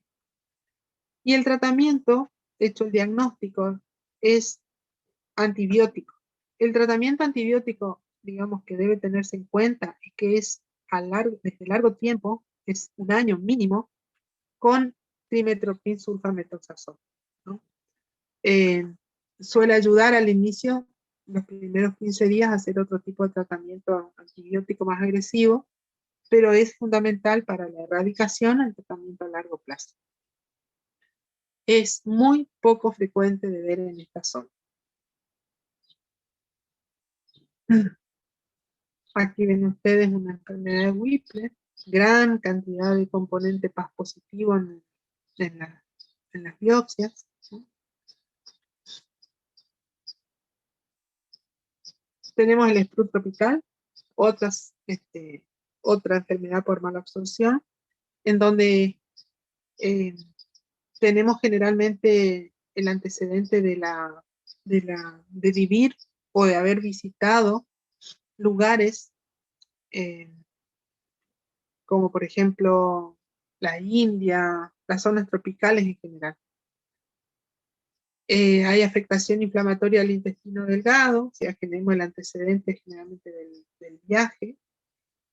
Y cuando ocurre eso hay que hacer tratamiento antibiótico empírico con ciclina más el aporte de ácido fólico para tratar de superar el cuadro. Generalmente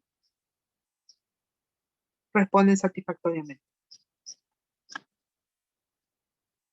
Las enteropatías perdedoras de proteínas. Enfermedades, digamos, es un síndrome, digamos, ¿no? de enfermedades proteinorreicas, en donde la idiopática sería la enfermedad idiopática sería la linfangiectasia intestinal, muy poco común y diagnosticada en los primeros años de vida porque genera una mala absorción severa. Y después tenemos las que tienen que ver ya con otras situaciones más de la vida adulta, ¿no? La enfermedad intestinal inflamatoria, las malabsortivas, Las amiloidosis, que en general ninguna es primaria, la mayoría son secundarias a procesos inflamatorios crónicos.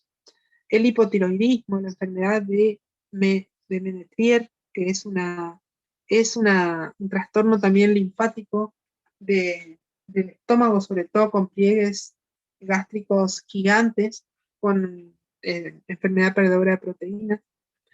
Menos frecuentemente la tuberculosis puede presentarse como una linfadenitis, o sea, como una enteropatía perdedora de proteínas, pero es más común que la encontremos como infección pulmonar. Podemos encontrarla por linfomas. Los linfomas, cuando hay obstrucción de los ganglios, ya sea del mesenterio o de los que drenan, ya el confluente, digamos, que drena a través del conducto torácico, pueden darnos enteropatía perdedora de proteínas. Y por enfermedad cardíaca, las dos que nos van a dar un aumento importante de la presión yugular y la transmisión de esa presión a todo el sistema portal. Entonces la insuficiencia cardíaca derecha, la pericarditis constrictiva, nos pueden generar por aumento de la presión hidrostática una enteropatía perdedora de proteínas.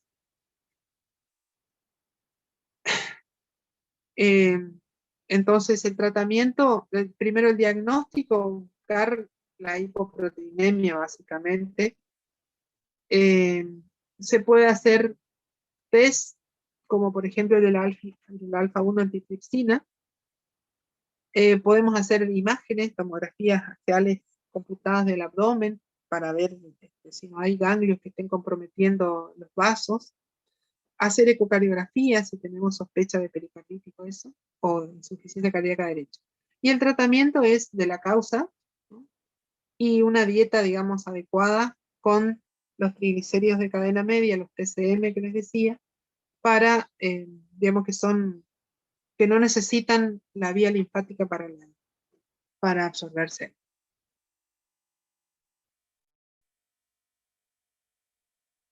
Entonces, dentro de las enfermedades, les decía, la linfaectasia intestinal generalmente aparece entre niños y vamos a tener el diagnóstico por el dosaje de la alfa-1 antitripsina fecal, enfermedad de niños. La abeta-lipoproteinemia, que aparece también, se diagnostica ya en estadios tempranos de la vida, en donde tenemos la esteatorrea, la anemia, la hipolipemia, digamos, por la falta de transporte, digamos, de las grasas intestinales. Y tenemos unos minutitos para la enfermedad celíaca. La enfermedad celíaca es una enfermedad inmunomediada, sistémica, provocada por el gluten y algunas sustancias relacionadas, que se presenta en individuos que tienen una susceptibilidad genética, en donde hay una combinación variable de manifestaciones.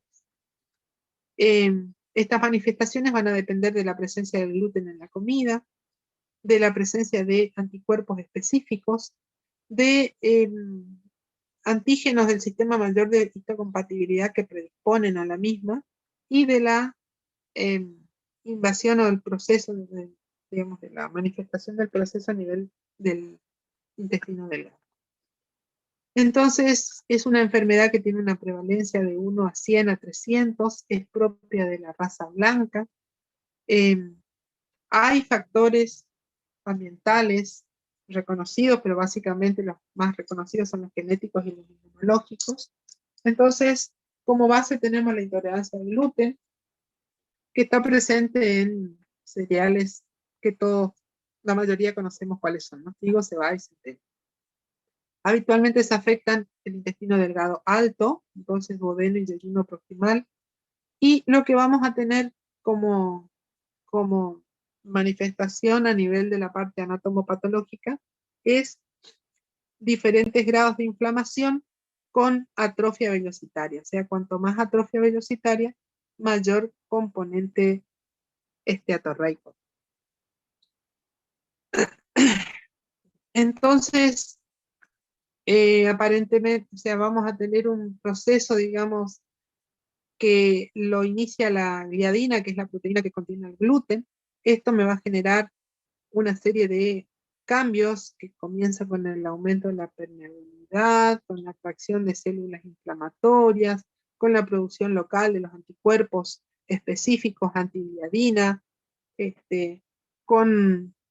y eso comienza el daño a la mucosa, lleva al infiltrado de células inflamatorias, a la agresión del proceso inflamatorio que va avanzando y va llevando finalmente a la atrofia vellositaria y de la mucosa.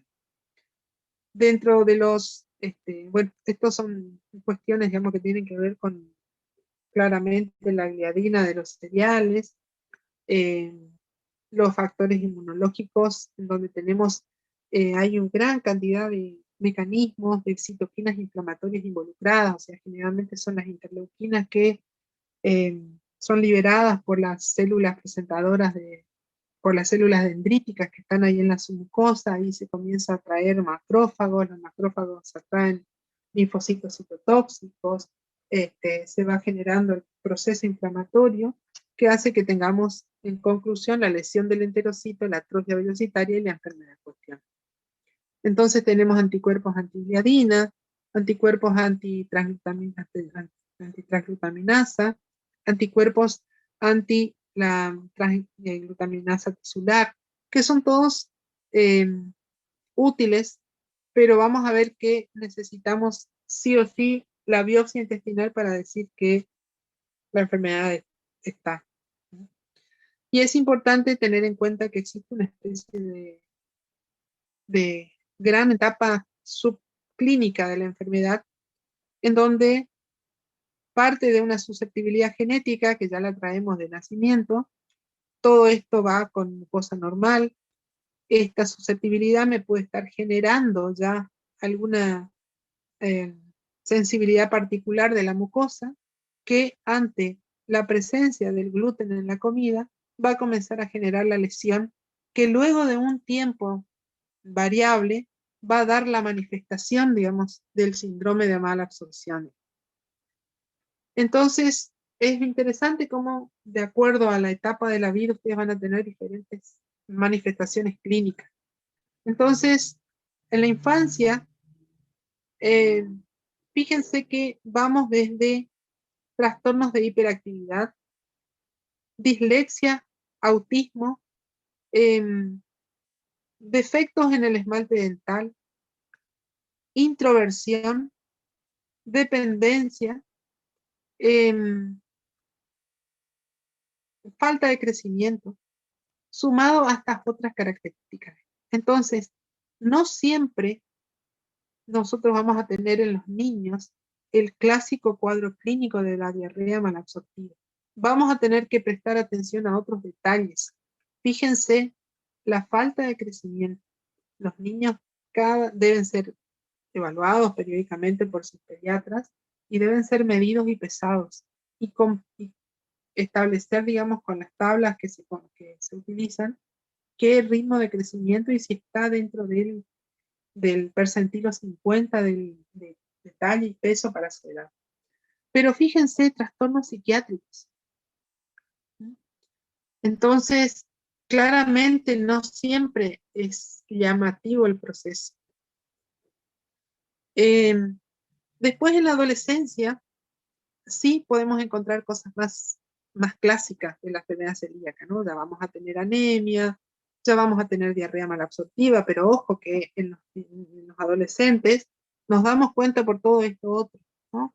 Vienen con retrasos, demoran en la adquisición de la menarca las niñas, hay un retraso en el aumento de la talla en la pubertad de los varones, tienen dermatitis, queilitis, úlceras en la boca, hacen hepatitis no clásica, o sea, no se encuentra un virus que justifique la hepatitis, y sí claramente podemos encontrar, bueno, que no, la falta de crecimiento, digamos, y que no llegan a su etapa de adulto, digamos, no terminan su crecimiento.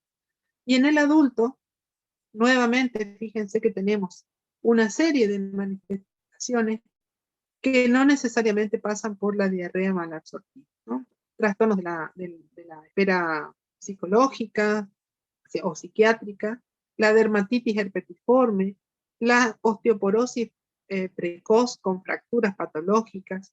En las mujeres, abortos frecuentes o imposibilidad de concebir, o si conciben, tienen hijos con bajo peso o con bajo peso y parto prematuro. Pueden aparecer los déficits vitamínicos que me llevan a neuropatías, a diferentes.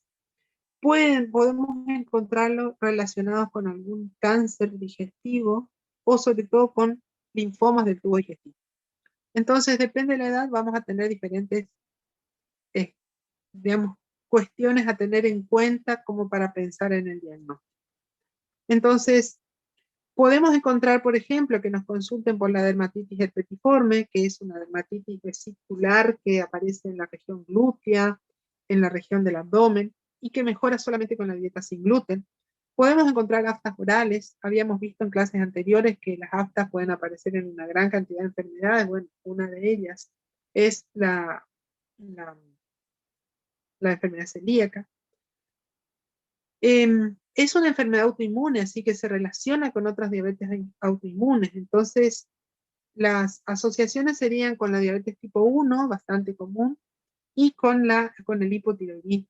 Tal es así que, por ejemplo, en un niño con diabetes tipo 1, es rutina pedir una vez al año anticuerpos anticeliaquía y anticuerpos antitiroides, de rutina, porque puede aparecer en cualquier momento.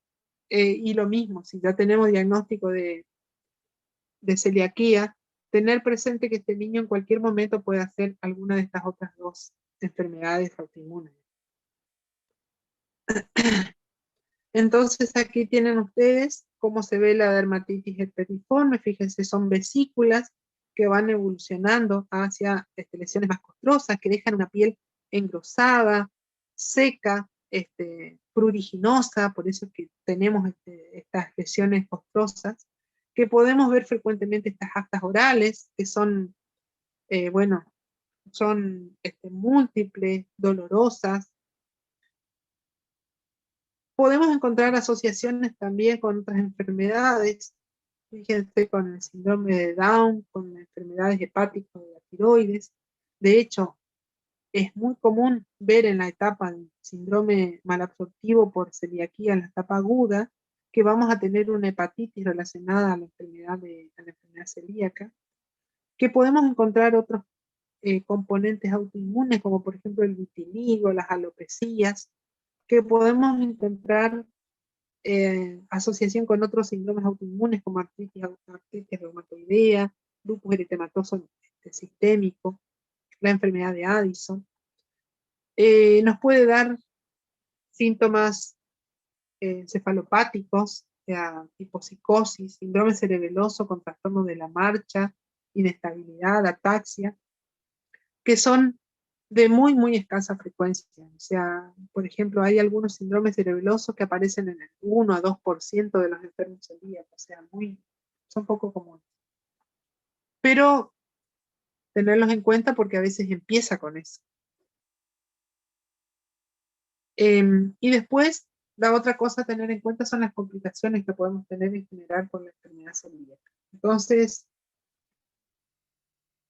puede haber una atrofia esplénica, eso predispone a infecciones. Podemos tener crisis celíacas en donde ante la falta de respuesta al tratamiento de la dieta sin gluten hay que recurrir a corticoides u otras terapéuticas. Podemos tener yeyuno-ileitis crónicas, esprucolágeno, en donde se va reemplazando, o sea, donde va quedando rígido con una infiltración colágena en la pared del tubo digestivo, donde tenemos refractariedad al tratamiento. Solemos ver linfomas intestinales asociados a enfermedad celíaca, o sea, empieza con una enfermedad malabsortiva, con anticuerpos positivos, y luego de un tiempo, ante la falta de respuesta, se sigue estudiando, y encontramos que hay un linfoma intestinal, y está relacionado también con cánceres del tubo digestivo, como complicaciones. Entonces, tenemos que partir de la sospecha clínica, diarrea, dispepsia, generalmente diarrea con anemia ferropénica o con aumentos de transaminasas que no tenemos etiología clara. Después vamos a pedir el laboratorio general, en donde vamos a encontrar la anemia o sea, deficitaria por múltiples factores: hierro, ácido fólico, vitamina B12. Vamos a tener transaminasas elevadas, sobre todo en el momento de la crisis celíaca la vamos a encontrar. Hay que pedir calcio, hay que pedir vitamina D, hierro, ferritina, porcentaje de saturación de transferrina.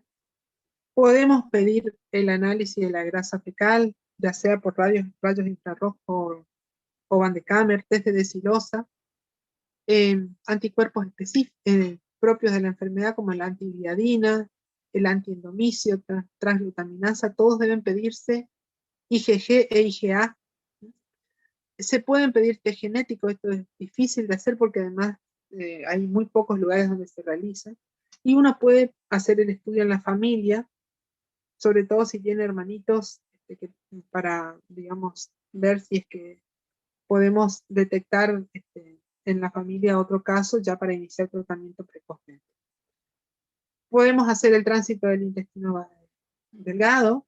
Entonces lo que nos va a mostrar van a ser imágenes de mala absorción. Vamos a tener un tránsito lento en general, y lo que es importante es la biopsia yeyunal, que debe hacerse por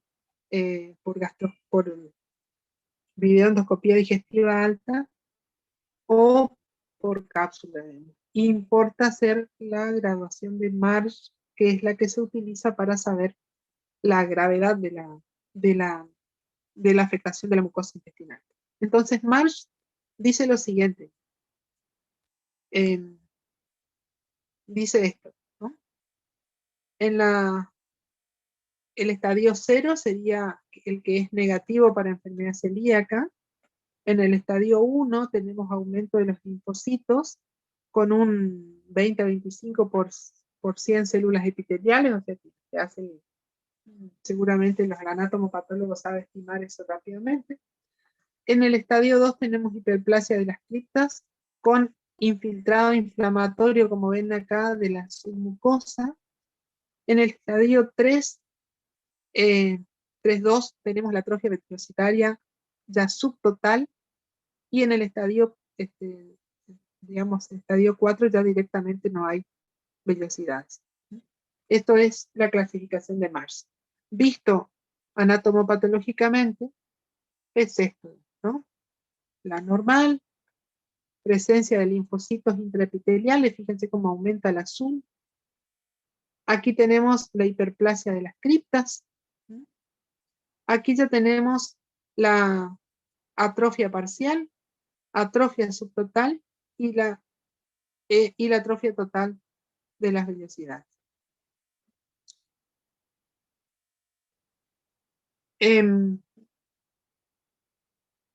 Hay que considerar diagnósticos diferenciales, entonces enteritis que tengan infiltración linfocítica, como la infiltración por el Helicobacter pylori, el flu tropical, el sobrecrecimiento, el Crohn. Y bueno, es fácil de diferenciar de otras formas que no tienen compromiso intestinal. ¿Qué seguimiento hay que hacer? Digamos, sin duda hay que intentar el tratamiento, dieta sin gluten para toda la vida. Hay que vigilar la respuesta al tratamiento, entonces hay que pedir los anticuerpos posteriores, hay que hacer la biopsia, luego, o sea, una segunda biopsia para ver si es que se ha recuperado la mucosa intestinal con la dieta sin gluten, y hay que hacer la pesquisa, por lo menos en seguimiento, el estudio de estos pacientes por la posibilidad de aparición de tumores, sobre todo gastrointestinales. Los tumores son, o sea, propios del tubo digestivo, o los linfomas. Son los que habitualmente uno debe pesquisar en estos pacientes. Y nos queda, por suerte con poca frecuencia, la enfermedad resistente al tratamiento. Aquí lo primero que uno debe considerar es la falta del cumplimiento, ¿no? Porque para lograr, digamos, este punto, digamos, la ausencia absoluta de gluten en la dieta, digamos, se han establecido guías, hay asociaciones de familiares, de pacientes, se han establecido, digamos, legislación a los fines de establecer que los alimentos digan si contienen o no tienen gluten, porque si no es bastante difícil, digamos, poder cumplirlo. Y después siempre está el que transgrede, el que come lo que no debe. Entonces, la primera causa de refractariedad es la falta de cumplimiento, pero si no podemos tener la evolución hacia un esprucolágeno, en donde ahí tenemos un mal pronóstico porque no vamos a tener posibilidad de recuperación, que sea la aparición como una complicación de un linfoma T que da, digamos, falta absoluta de respuesta, el paciente sigue con la diarrea, y en esos casos se puede utilizar los corticoides en altas dosis para ver si es que hay mejoría. Obviamente que si tenemos un esprucolágeno no va a responder, y si tenemos un linfoma necesita el tratamiento del linfoma. Pero si digamos, descartamos que no tenemos falta de cumplimiento, que no hay esprucolágeno y que no es un linfoma, con los corticoides en dosis de prednisona a razón de 1 miligramo kilo día o a 40 miligramos por día por lo menos, puede lograr algún grado de respuesta. ¿Vamos bien? ¿Tenemos todavía un tiempito o tienen cosas que hacer? Profesora, de consulto, en la enfermedad celíaca, ¿el trasplante del intestino no es una opción? Es una opción. Lo que pasa es que la predisposición genética te queda igual. Es una opción. Me quedan 2 palabritas para la diarrea crónica en el HIV. En general, las diarreas crónicas decimos cuando tenemos más de 4 semanas. En los pacientes infectados por el HIV, habitualmente está asociado por pérdida de peso. Si está la pérdida de peso, eso es una definición del SIDA propiamente dicho. Y generalmente aparece cuando tenemos un recuento CD4 muy bajo. Y bueno, nos anticipa una fase avanzada de la enfermedad. Dentro de las causas, considerar que pueden ser protozoarios, que pueden ser bacterias, que pueden ser hongos, virus, y que pueden ser directamente tumores, que pueden ser secundarios a drogas, que pueden ser por sobrecrecimiento bacteriano, por obstrucción biliar, por insuficiencia pancreática, por acrorimia. Entonces, claramente se plantea una serie de diagnósticos, digamos, para tratar de establecer cuál es la causa y ver si es que podemos hacer un tratamiento adecuado. Entonces, importa un examen físico adecuado, completo, exámenes de la materia fecal, buscando bacterias, buscando parásitos intracelulares, buscando inclusiones de virus, buscar hacer un examen directo para ver huevos y parásitos, pedir cultivos de materia fecal, buscar el Mycobacterium avium, ya sea en sangre o en la misma, buscar Clostridium difficile, buscar hacer estudios virológicos, incluso microscopía electrónica, para tratar de detectar virus. Entonces requiere una serie de estudios. Puede ser necesario hacer endoscopías. Aquí hay que tener en cuenta que siempre hay que tomar una biopsia y hay que intentar las tinciones conocidas como hematoxilina iosina, el Giemsa, el Ciel-Nielsen, inmunohistoquímica para virus, etc. Y entonces, ante la presencia de una diarrea en un paciente HIV, primero hacer el tratamiento sintomático, sea higiénico, dietético, antidiarreico, y repetir estudios de materia fecal. Y si descartada todas las otras cosas que hemos mencionado, considerar que es enteropatía por HIV, que sería el último estadio de la infección por HIV, luego del cual, digamos, no hay posibilidad de recuperación la mayoría de las veces. Entonces, puede ser de utilidad tener en cuenta el conteo CD4. Entonces, para cualquier conteo CD4, diarrea como puede tener cualquier persona, ¿no? Para CD4 menor de 200, pensar en el Cryptosporidium. Si tiene menos de 150, Listoplasma. Menos de 100, parásitos como la isospora o el Microsporidium. Y menos de 50, ya el Mycobacterium avium complex o el Cytomegalovirus. Entonces, importa conocer el nivel de CD4 como para poder discriminar o por lo menos pensar ya más, apuntando más al germen que está complicando la situación. Entonces, si tenemos un paciente con diarrea que tiene HIV, es importante establecer el consumo de los alimentos, de fármacos, de drogas, establecer el nivel de CD4, hacer estudios de la materia fecal. Si los estudios son todos negativos, considerar que es una enteropatía por HIV, entonces hay que optimizar la terapia antirretroviral de alta eficacia. Si la diarrea persiste, hay que hacer examen del tracto gastrointestinal con videocolonoscopía, hay que hacer estudios de imágenes para ver si es que hay, bueno, buscando lo asociado, por ahí tiene adenopatías, por ahí tiene manifestaciones respiratorias. Si con eso no encontramos la causa, de vuelta nos vamos a la terapia antirretroviral, hay que hacer estudios de sensibilidad del HIV para ver si es que no hay que cambiar la terapia. Y si persiste la diarrea, nos queda hacer la modificación de la dieta, dejar la peramida, y como opciones ya de última, octiotride, para tratar de disminuir las secreciones gastrointestinales y de esta manera disminuir la cantidad de diarrea, que ya se asume que es la enteropatía directamente relacionada con el VIH, que ya no responde más. Entonces aquí ven algunas imágenes, lesiones verrugosas en el recto y condilomas en un paciente HIV, una gran úlcera rectal, en este caso por herpes. Aquí diarreas, ulceritas redondeadas que sugieren citomegalovirus, y aquí tenemos múltiples ulceraciones en donde tenemos entamoeba histolítica que pueden generar diarrea en los pacientes HIV. Bueno, esta era la última. ¿Alguna pregunta, chicos?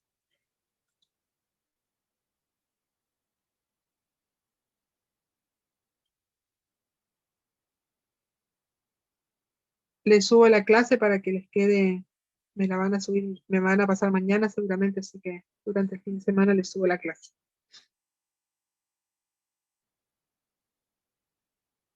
Bueno, profe, gracias. Bueno. Gracias, doctora. Gracias, doctora.